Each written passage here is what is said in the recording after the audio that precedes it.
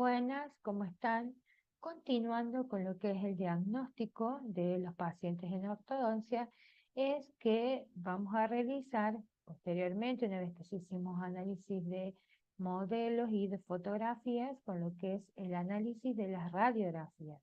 Como ya vieron anteriormente, está el análisis de la ortopantomografía y también el análisis de la teleradiografía de perfil con cefalostato, a través del cual vamos a realizar nuestro cefalograma.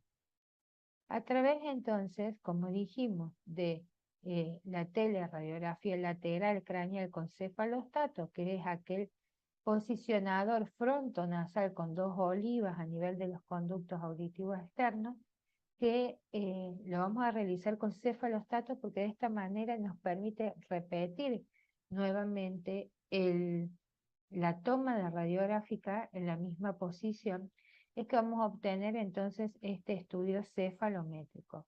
Hay gran variedad de cefalogramas, pero específicamente este año vamos a estudiar el de Jarvak, el de McNamara y algunas características dentarias del cefalograma de Richter. Entonces, a través de la cefalometría, nosotros vamos a poder diagnosticar maloclusiones y planificar un tratamiento, hacer la evaluación de crecimiento craneofacial y también contribuir a la definición de la biotipología facial. ¿Cuáles son las ventajas? Justamente las ventajas es que permite determinar las características de crecimiento en sus aspectos cualitativos y cuantitativos, es decir, que podemos ver cómo es la dirección de crecimiento de este paciente y cuál es el potencial. Es decir, ya podemos ir determinando cuánto aproximadamente puede llegar a crecer este paciente teniendo en cuenta la edad o distintas situaciones. Y definir la biotipología facial. También nos permite prever cambios que se producirán en el crecimiento o los cambios que se pueden producir en nuestro tratamiento. Es decir, que así vamos a tener el cefalograma de Jarvak. Bueno, este cefalograma de Jarvak es un cefalograma bastante completo y simple de entender, en el cual vamos a trabajar con el trazado de planos y a través de estos planos vamos a poder realizar medidas de algunos ángulos. Para ello es que tenemos el primer paso en el cual vamos a trazar el polígono con sus planos y ángulos. El segundo va a ser la interpretación de esas medidas angulares. Luego vamos a ver cómo tienen que ser las medidas angulares entre sí, es decir, que vamos a obtener una suma total de un polígono, que es lo que se forma. También vamos a medir esas relaciones lineales, vamos a tener que ver o trazamos los planos, cuánto miden esos planos y evaluar las relaciones lineales entre sí y la relación entre la altura facial posterior y la altura facial anterior. Hay determinados puntos de referencia para la cefalometría de Jarvak que ya la vamos a ir viendo a medida que vamos avanzando. Cuando nosotros vamos a trazar este polígono de Jarvak específicamente, vamos a utilizar el punto nación, que ustedes también ya lo estuvieron viendo, que va a ser el punto en el límite anterior de la sutura frontonasal. Luego vamos a seguir con la silla turca, que es el centro geométrico de la silla turca. Vamos a utilizar para este cefalograma el punto articular, que es el punto donde el borde posterior del cuello del cóndilo intersecta el borde inferior del macizo esfenooccipital, es decir, aquí en la unión entre la base de cráneo, podemos decir, y el cuello del cóndilo. También vamos a marcar el punto goníaco, que es la intersección de la tangente del borde posterior de la rama y la tangente del borde inferior del cuerpo mandibular. Lo que es importante tener en cuenta es que este plano es un plano cefalométrico y no es un punto anatómico, lo que vamos a obtener para medir el ángulo goníaco. Y el punto mentoniano, que es el punto más inferior de la sínfisis mandibular. O sea, no es ni anterior ni nada, sino que tenemos que buscar el punto medio de, está aproximadamente en el punto medio de la sínfisis, pero siempre es el más inferior. Determinamos cuáles son los puntos craniométricos que vamos a necesitar para realizar este cefalograma. Vamos a ir ya al trazado del cefalograma en sí.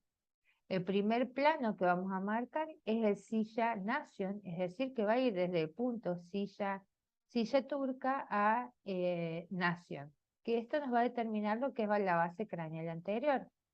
Luego vamos a partir también nuevamente desde silla a marcar el punto articular, eso nos va a demarcar lo que es la base craneal posterior. El tercer punto va a ser el articular gonion, esto nos va a dar lo que se llama la altura de la rama. El cuarto punto es el gonion mentoniano, donde el plano va a ser la longitud del cuerpo mandibular. Vamos a tener otro plano que va a ser nación mentoniano, ese nos va a determinar la altura facial anterior. Otro punto en el sexto lugar, el silla gonion, que nos va a determinar la altura facial posterior. Y vamos a tener otro plano, el séptimo, que va a ir de gonion a nación, que esto va a dividir a este ángulo goníaco en dos mitades, en una superior y una inferior. Ahí vamos a ir viendo cada uno de los planos. El primer plano es el silla nación, que determina lo que es la base craneal anterior. Aquí podemos observar cómo lo determinamos del punto silla al nación. Con una regla marcamos este plano y de esta manera va a estar determinado. A medida que los vamos trazando también podemos ir midiendo estos planos para ya conocer cuáles son las medidas de estos. El segundo plano va a ser el silla articular, ese me va a marcar o determinar lo que es la base craneal posterior. Luego vamos a tener el articular goníaco, que me va a determinar la altura de la rama. Recuerden bien cuando vimos recién que decíamos que es una tangente que pasa por el borde posterior de la rama, ¿no? Hasta llegar a la altura del gonio, pero siempre marcando una tangente. Luego vamos a marcar lo que es el plano de gonion mentoniano, que es la longitud del cuerpo mandibular. Este plano también se marca una tangente que pasa por el borde inferior del plano mandibular, donde se intersectan ambas tangentes. Allí va a quedar determinado el punto gonio. Recuerden que les dije que no era un punto anatómico, sino que es un punto cefalométrico en este caso, el que vamos a marcar para poder hacer este cefalograma. Luego vamos a marcar lo que sería la altura facial anterior, que es del punto silla al punto mentoniano. También teníamos el sillagonio, ¿ah? Otro punto. Esto nos va, a través de estos planos vamos a poder determinar lo que es el porcentaje de Sharp. Y por último, esta bisectriz que va desde Nation a gonion, el cual va a dividir el ángulo goníaco en dos mitades, en una superior y en otra inferior. Ahora vamos a ir paso a paso por cada uno de estos ángulos. El primer ángulo que vamos a obtener una vez que pudimos trazar la base craneal anterior y la base craneal posterior, esto nos va a determinar un ángulo que se va a llamar ángulo de la silla. Justo se va a llamar con respecto al sitio anatómico en el cual está sentando. Y podemos decir, como dijimos, que era la unión de ambos planos. La norma es de 122 grados e influye en la posición de la mandíbula. Se localiza en la intersección del contorno radiográfico inferior del macizo esfeno-occipital y el borde posterior del cuello del cóndilo y representa la articulación temporomandibular, ya que está situado donde el cóndilo emerge de la cavidad glenoidea. Es decir que, si bien el ángulo es un ángulo determinado, pero al formar parte de esta base craneal posterior, el cóndilo va a sentar en realidad sobre la base craneal posterior. Entonces, al tener, por ejemplo, un ángulo más abierto, que fuera de 130 grados aproximadamente, me va a estar indicando que esta mandíbula va a sentar en una posición más posterior. Y eso va a estar relacionado, por ejemplo, a un paciente de una clase 2. Si yo tuviera un ángulo cerrado, es decir, una base craneal posterior más vertical, esta mandíbula va a estar asentada en una posición más anterior. Y, o sea que me está diciendo dónde apoya este cuello cóndilo y este cóndilo. Y suele estar relacionado a pacientes de clase 3.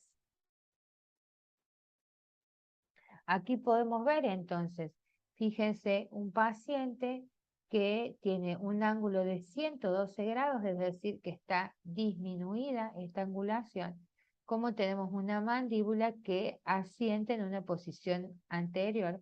Con respecto a si lo comparamos a este paciente que tiene 136 grados, teniendo una misma longitud mandibular de 63 milímetros, como es una característica totalmente diferente porque tiene un resalte marcado, o sea, el maxilar superior adelantado con respecto a la posición de la mandíbula. Y en realidad el maxilar superior, el maxilar, está en la misma posición en ambos pacientes. Lo que difiere en uno es dónde se ubica la mandíbula, porque la base de cráneo de estos pacientes es diferente. Es importante destacar que esto es una medida cefalométrica que no puede ser modificada por el ortodoncista y es con lo que nosotros tenemos que saber estructuralmente cómo es nuestro paciente para ya poder proyectar mi futuro plan de tratamiento. El próximo ángulo que vamos a medir es el ángulo articular. Este es la relación angular formada por la base craneal posterior, como vemos acá, y la tangente al borde posterior de la rama, ¿no? Que este me iba a dar la altura de la rama. Entonces está formado por ambos planos. La norma establecida por Bjork es de 143 grados. Un valor disminuido tiende a favorecer el prognatismo mandibular o un crecimiento sagital o una rotación anterior, lo cual está también relacionado a aquellos pacientes braquifaciales, y un ángulo de mayor valor favorecerá el retrognatismo. Es decir, que si este ángulo está aumentado de tamaño, significa que el plano mandibular se abre, por lo consiguiente voy a tener una mayor longitud vertical. Pero si este ángulo está cerrado, voy a tener una rotación anterior o un crecimiento sagital mayor que en aquellos donde los tengo aumentados. También es importante destacar que este ángulo sí puede ser modificado por el ortodoncista.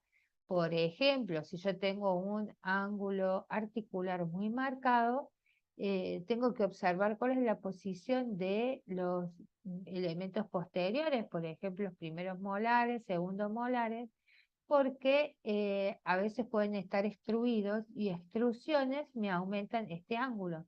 Si yo necesito modificarlo, puedo realizar una intrusión de un molar. Generalmente trabajamos en esto con los molares superiores. Aquí podemos ver entonces el comportamiento de este ángulo articular. Un ángulo articular abierto, lo normal es aquí, 143 grados. Pero cuando está abierto, mayor ángulo, hay un crecimiento rotacional posterior.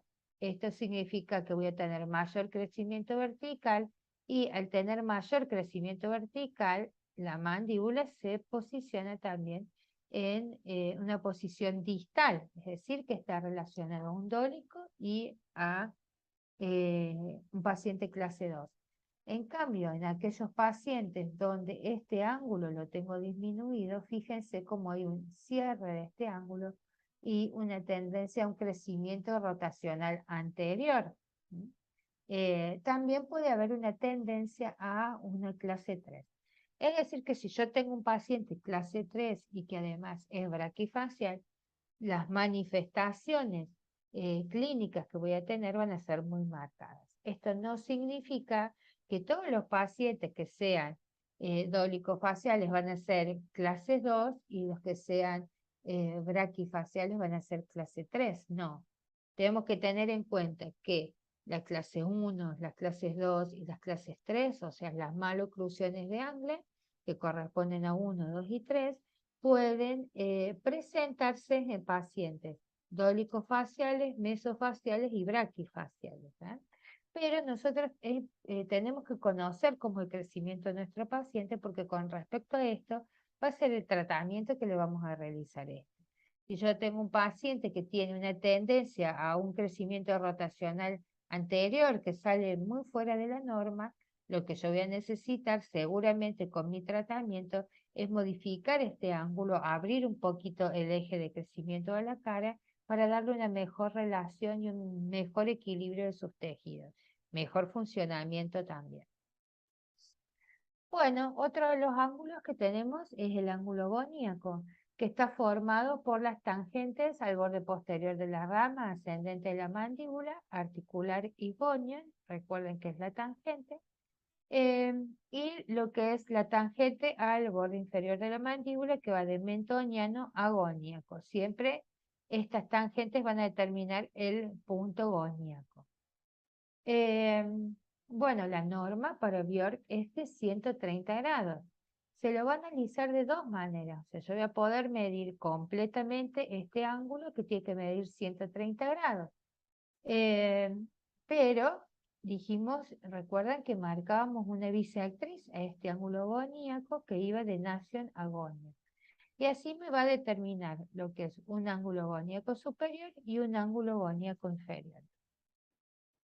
¿Qué es lo importante tener en cuenta? Que cuando yo hablo que en este ángulo goníaco superior está formado por la tangente del borde posterior de la rama, articular y gonial, y esta bisectriz o línea que va desde nasion a gonial, y la norma es de 52 a 55 grados. Y el inferior va a estar constituida por esta línea nasion gonial y la tangente al borde inferior del cuerpo mandibular, y lo normal es de 70 a 75 grados. Si yo he determinado este ángulo goníaco en el total, que es de 130 grados, cuando este está aumentado, tiene una tendencia a un crecimiento vertical. O sea que también me está hablando de la anatomía de la mandíbula, cuál es la forma que tiene esta mandíbula. Una mandíbula con un ángulo cerrado va a tener unas características más cuadrangulares y va a tener una tendencia a un crecimiento rotacional anterior. Pero también dijimos que teníamos esto es el ángulo goníaco superior y el inferior, o sea que podemos analizarlo en la totalidad del ángulo, y por otro lado podemos analizar por cada ángulo superior y el inferior. Lo que es importante tener en cuenta es que la mitad superior va a describir lo que es la oblicuidad de la rama. Entonces, si yo tengo la mitad superior aumentada, ¿no?, voy a tener una proyección de la sínfisis hacia adelante. Pero si yo tengo esta mitad superior disminuida, va a ocurrir lo contrario. Por otro lado, si yo tengo la mitad inferior, o sea, esta va a describir la oblicuidad del cuerpo. Entonces, si yo tengo la mitad inferior aumentada, ¿no?, es decir, que viene así aumentada, voy a tener una tendencia de crecimiento vertical, pero si está disminuida, una tendencia al crecimiento sagital o horizontal. Aquí podemos observar entonces un ángulo goníaco total de 112 grados.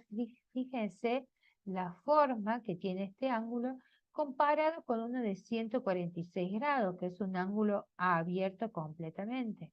Es decir, que aquí se nota el crecimiento sagital que va a tener este paciente y aquí el crecimiento vertical del paciente. Pero yo quiero saber entonces dónde está la alteración. Entonces tenemos que tener en cuenta que el ángulo goníaco superior me hablaba de la oblicuidad de la rama y el inferior de la oblicuidad del cuerpo. Entonces podemos ver que cuando tengo la mitad superior aumentada, decíamos que teníamos el crecimiento de la sínfisis en sentido anterior. Pero cuando este está disminuido, no voy a tener tanto crecimiento en sentido anterior, seguramente va a ser mayormente vertical.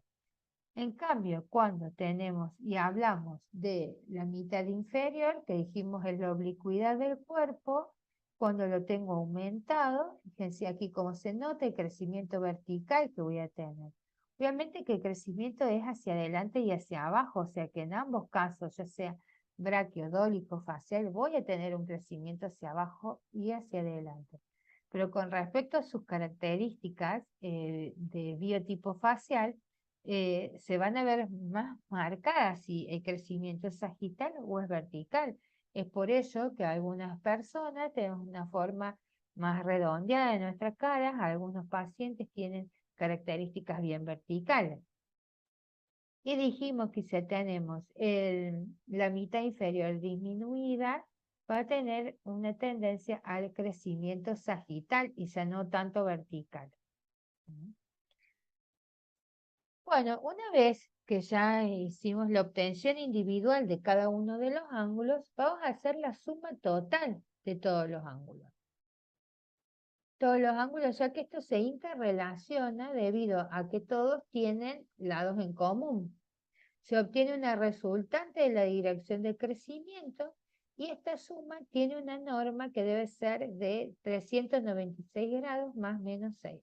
Significa que yo voy a medir el valor de 122 grados del ángulo de la silla, 143 del ángulo articular, 130, y la suma me tiene que dar 396 grados.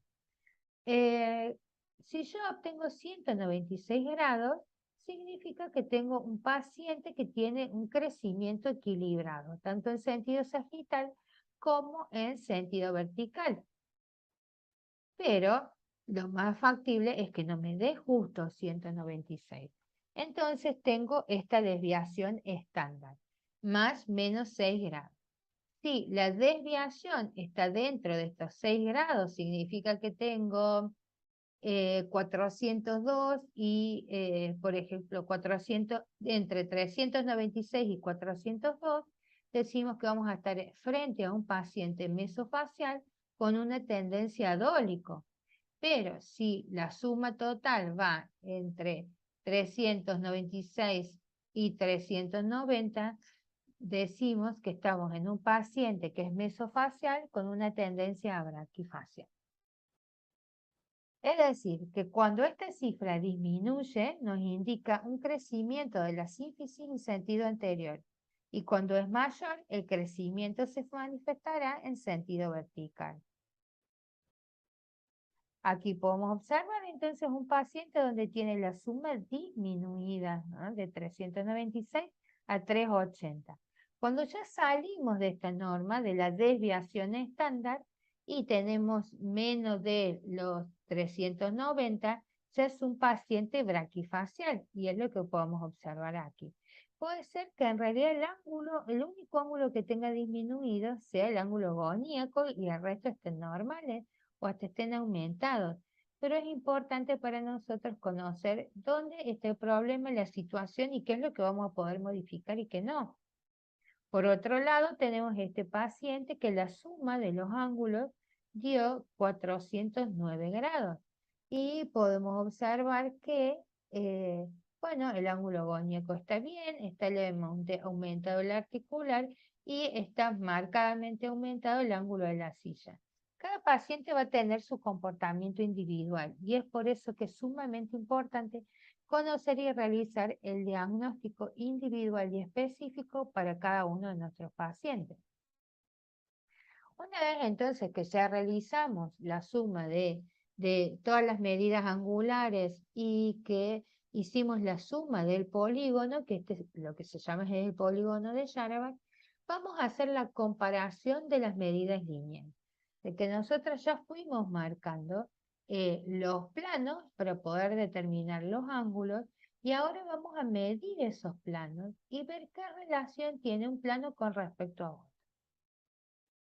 Entonces, lo forman los 5 lados del polígono. Vamos a tener entonces las mediciones lineales que vamos a hacer en la base craneal anterior, la base craneal posterior, la altura de la rama, la longitud del cuerpo mandibular, la altura facial anterior y también vamos a tener la altura facial posterior. Esto es lo que vamos a ver en el equilibrio de nuestro paciente. Cuál es el valor que obtuvimos en la base del cráneo, cuál es la altura facial, la base craneal posterior, la altura de la rama, la longitud mandibular. Entonces, ¿qué vamos a hacer? Primero vamos a medir cuánto mide este plano, que es la base craneal anterior, y vamos a ir a medir también cuánto es la medida de esta longitud mandibular. En situaciones normales, la relación normal es de 1 a 1. La longitud mandibular va a aumentar de 1 en general en las mujeres a 1,5 del crecimiento de la base craneal anterior. O sea que la mandíbula crece un poquito más que la base craneal anterior, pero principalmente lo vamos a observar en los hombres.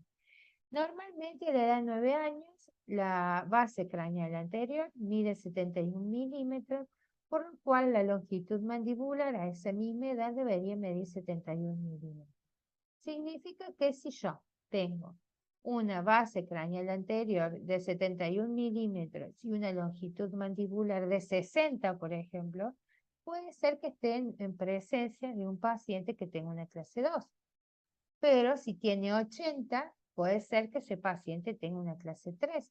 Y yo voy a saber que el problema está en la longitud de la mandíbula. Pero también puede pasar que la base craneal anterior esté disminuida y las longitudes mandibulares normales. Entonces tendré que ver si la clase 3, por ejemplo, es por una posición de la base craneal. Y así vamos analizando paso a paso cómo se encuentra el paciente. Otra de las medidas que vamos a analizar es la base craneal posterior en comparación con la altura de la rama. Según Yarabak, una relación de base craneal posterior, altura de la rama, es de 3 a 4 o de 3 a más de 4. Nos indica que habrá un buen crecimiento vertical de la altura facial posterior. El aumento de la altura facial posterior posibilita una mayor proyección del mentón hacia adelante y a veces una sínfisis que avanza con el crecimiento. No se debe tanto al incremento en la longitud del cuerpo como en un aumento de la altura de la rama. O sea que dijimos, bueno, por ejemplo, si tengo un paciente clase 3, pero la longitud de la rama me da normal. Entonces tengo que ver cuál es la longitud de la altura de la rama y en relación con la base craneal posterior. Pero yo puedo tener, por ejemplo, una relación de 3 a 5. Entonces, el problema del paciente es porque tiene aumentada esta longitud de las ramas. ¿Cómo lo voy a hacer? Voy a calcular porque el valor, normalmente la base craneal posterior mide 34 milímetros, entonces tengo que ver esa medida que es de 3 a 4 porque la longitud de la rama suele medir 43, 44 milímetros. Entonces, por eso digo que la relación es de 3 a 4, porque uno mide 30 milímetros y el otro 40 y algo de milímetros. Y de ahí sale esa relación de 3 a 4. Si fuera de A5, tengo una mayor longitud mandibular y si es más corta, significa que voy a tener una rama corta. Cuidado porque puedo tener una tendencia a una clase 2. Otra de las relaciones que íbamos a estudiar es la relación que existe entre la altura facial posterior y la altura facial anterior. La altura facial posterior la voy a medir desde el punto silla al ángulo goníaco cefalométrico que marcamos y obtuvimos y la altura facial anterior del punto nasion al punto mentoniano. ¿Por qué es importante medir y realizar la comparación de estos planos? Porque es la resultante entre el descenso de las cavidades glenoideas y el crecimiento vertical de los cóndilos, que es la parte posterior de la cara, que se contrapone. O sea, si yo tengo un crecimiento mayor o menor, o sea, en sentido posterior, eso se va a manifestar en el sector anterior. Entonces voy a tener una cara de mayor crecimiento vertical o menor crecimiento vertical. Entonces es la contraposición con el desplazamiento hacia vertical, hacia abajo, el maxilar superior, y el crecimiento hacia arriba del proceso alveolar mandibular. Acá lo podemos ver con un esquema, entonces, cómo es el crecimiento de esta cavidad glenoidea. Si tengo un buen crecimiento del cóndilo del cuello. Acuérdense cuando hablamos de crecimiento de Hunter y Enlow, que hablaba del crecimiento primario y crecimiento secundario. O sea, si yo tengo un crecimiento primario de la base del cráneo, voy a tener un desplazamiento del cóndilo, igual que el mismo crecimiento del cóndilo. Por eso es importante evaluar esta relación de la altura facial posterior. Y en el sector anterior voy a tener el crecimiento del propio maxilar, el desplazamiento también que produce la base de cráneo, que es de 0,7 milímetros al año, y el crecimiento de los procesos alveolares, que es de 0,9 milímetros por año a 0,7 milímetros por año en la mandíbula. De esa manera yo voy a obtener una proporción, que lo voy a hacer a través de una ecuación matemática, y de esta forma voy a obtener un porcentaje, al cual lo denominamos porcentaje de Sharaban. Esto lo vamos a hacer, esta relación va a ser altura facial posterior por 100 sobre altura facial anterior. Aquí podemos ver la altura facial posterior por 100 sobre altura facial anterior. Esto nos va a dar un resultado que va a ser un porcentaje, en las cuales lo vamos a poder ubicar, y se va a hacer el porcentaje de Sharaban. Entonces, este porcentaje de Sharaban, de acuerdo a el valor que nos dé, nos vamos a encontrar frente a 3 esferas. Cada una de estas esferas clasifica o determina si esto es un paciente dólico-facial, un mesofacial o un braquifacial. Entonces, ¿qué valor obtuve? Si el valor que yo obtuve está entre 54 y 58%, este paciente va a ser un dólico facial. Si el valor que obtuve es entre 59 y 63, va a ser un mesofacial, pero si el valor que obtuve es entre 64 y 68%, va a ser un paciente braquifacial. Ahora tenemos que tener en cuenta que dentro de los pacientes mesofaciales, tenemos aquellos que son los que tienen una tendencia a dólico facial, o sea que tienen tendencia a un crecimiento vertical, y aquellos que tienen tendencia a un crecimiento sagital o horizontal.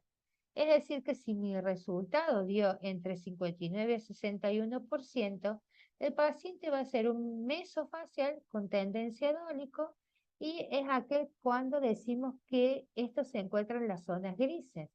Y si me dio de 61 a 63, voy a tener un paciente braquifacial, un paciente mesofacial con tendencia a braqui. Las flechas también me indican que esto es un crecimiento rotacional posterior, es decir, que tengo la sínfisis al rotar posteriormente, aumenta la altura vertical. En el centro, el punto B, corresponde a lo que es un crecimiento equilibrado en todos los sentidos, y el C corresponde a lo que sería un crecimiento rotacional anterior, según las esferas de Sharaban. Acá lo podemos observar a mayor tamaño: paciente dólico-facial, mesofacial, braquifacial, y pacientes mesofaciales, si el porcentaje nos da en 59-61, con tendencia dólico-facial, y si da entre 61 el resultado de esa ecuación a 63, es un paciente mesofacial con tendencia a braquia. Aquí es a lo que hacemos referencia cuando tengo un paciente que tiene un crecimiento rotacional posterior. Pueden observar qué es lo que pasa con la sínfisis: se va distalmente y aumenta esta longitud vertical de la cara del paciente. En un paciente braquifacial vemos que hay un crecimiento rotacional anterior, es decir, que vamos a tener mayor tendencia a un crecimiento sagital, y en el B donde tenemos un crecimiento equilibrado. Otro de los análisis que tenemos que tener en cuenta cuando hablamos de Sharaban es un análisis que en realidad es Steiner, y que fue Roth quien introdujo Steiner al cefalograma de Sharaban, para completar el análisis. Es decir, que nosotros vamos a hacer el análisis de los planos silla nación A, silla nación B y por otro lado el ANB. Cuando determinemos el silla nación A, este va a describir la relación entre la base craneal anterior y la posición del maxilar superior, es decir, que la relación entre la base y el maxilar superior. Esto me sirve para determinar, este maxilar superior está adelantado, está en una posición retruida, ¿cómo se encuentra? Lo mismo me va a dar la relación entre la base craneal anterior y el punto B, que me va a determinar que es la posición en que se encuentra la mandíbula con respecto a la base de cráneo. Es decir, está hacia adelante, esa está hacia atrás. Y por otro lado voy a poder relacionar cómo se encuentra el maxilar superior con respecto al maxilar inferior, ya que la desviación estándar entre ambos debe ser de 2 grados.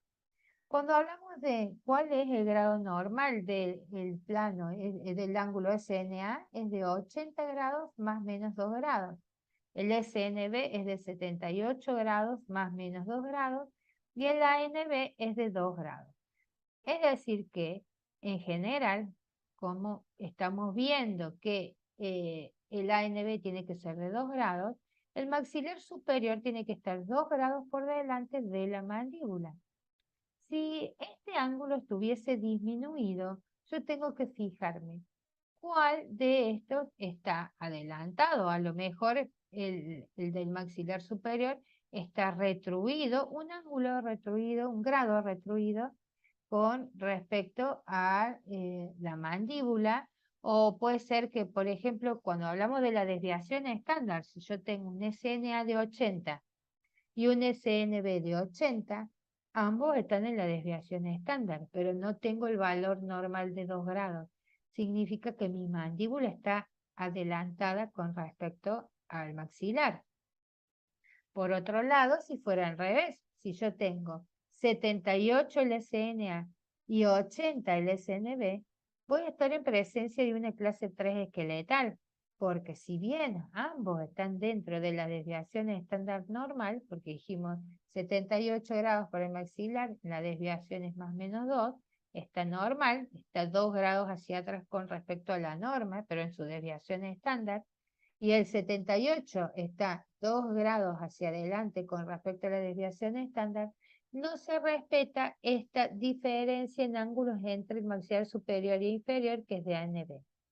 Significa que además yo puedo determinar si estoy frente a una clase 2, a una clase 3, por la posición que está el maxilar superior y el maxilar inferior, porque me da la posición en sentido sagital de ambos maxilares, entre sí y con respecto a la base de cráneo. Aquí podemos ver otro esquema con respecto a esto. ¿Ah? Bueno, vamos a parar por aquí con respecto a lo que es el cefalograma de Yarabak y ya vamos a continuar con Magnano.